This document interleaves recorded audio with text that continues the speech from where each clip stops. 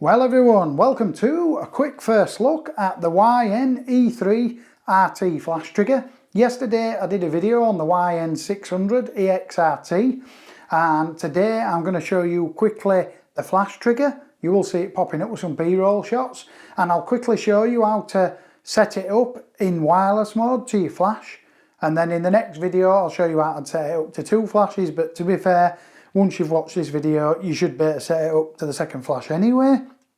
I will say that the build quality on this thing feels fantastic. It's only just come this morning, I've just been playing with it. It feels like really good quality. It doesn't feel like what Young used to.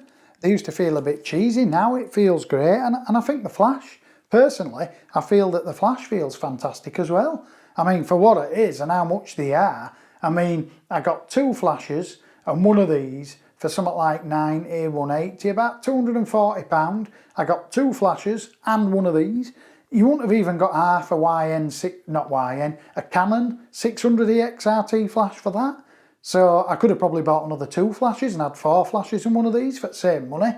And to me, they do the same thing. Yes, the build quality isn't quite as good, but I've not had one break yet. Like I say, I have had rubbers come a bit loose and stuff like that on them, and things feel a little bit, but they work.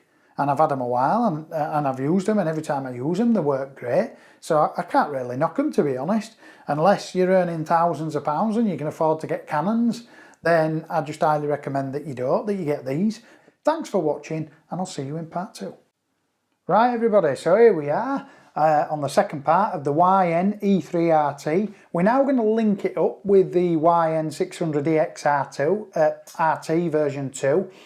It is actually linked at the minute, but I'm just going to show you a couple of little tips on how to get it to link if for any reason. Basically, when you get your flash, if you want to link it to this thing here, we've got to press these 2 little arrows here and keep pressing them. And these are all the other slave modes, by the way, which we will explain in another video.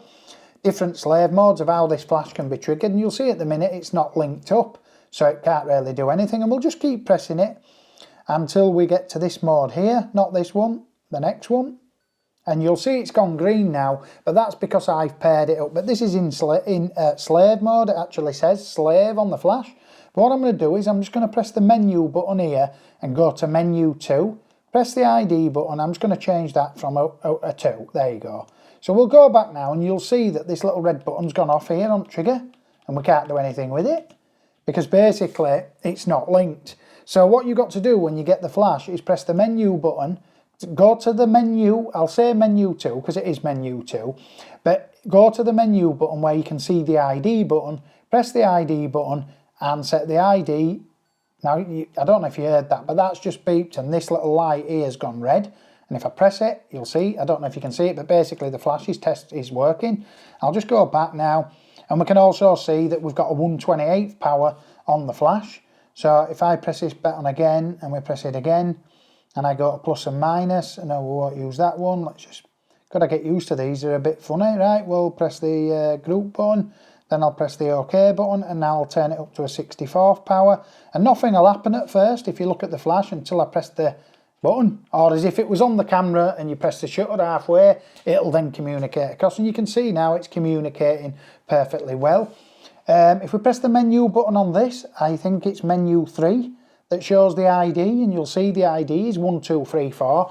Default, the ID is 4 zeros on both of them, so to be fair, they should actually just be paired when you get them, but if they're not, you need to just do what I've just showed you. You need to check the IDs, the ID on the flash and the ID on the controller, and I recommend you do that anyway. Set your own. I've set 1, 2, 3, 4, but you can set bloody 7, 8, 9, 10, whatever you want, but just check that all your flashes are going to have that ID set in. Once you've set it in, you don't really have to touch it again.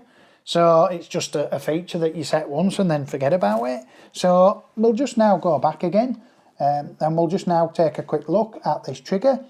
And you'll see if I press the menu button again, menu 1's the default. If I press the group button now, I can go down here and I can change this from manual mode to off.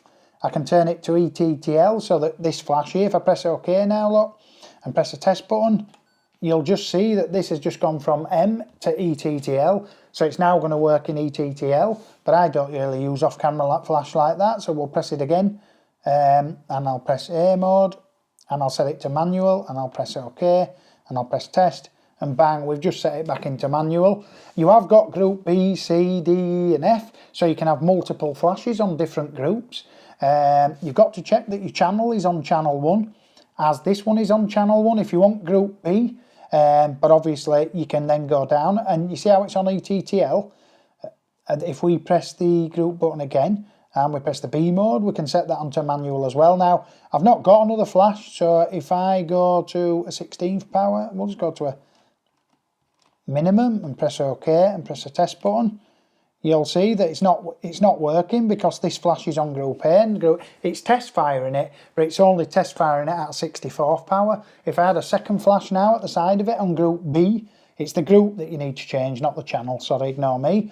So you'd have the second flash saying group B, and then that would have turned that one when I was pressing test, that I got a test flash at 64th power on group A and a test flash on group B, and that's just how to use it. It's really simple to use, to be fair. It's just setting it up for the first ever time that can be a little bit complicated and think, oh, this is really hard to use. I'll just move this camera up just for the price of eggs there. So that's it. If you need any more help or anything else to be shown, I will show you how to set the second flash up later on in a quick 2 or 3 minute video. But again, it's just setting the ID and setting the group from A. If you want it on the same group, then leave it on group A, but if you want it as group B as your air light and your third flash as group C, you just set that to group C and you enable all these channels down here, which means you can control them all independently. Now, just before I go, I will say that you can use the flash as a controller as well, instead of using this, so you don't have to buy this.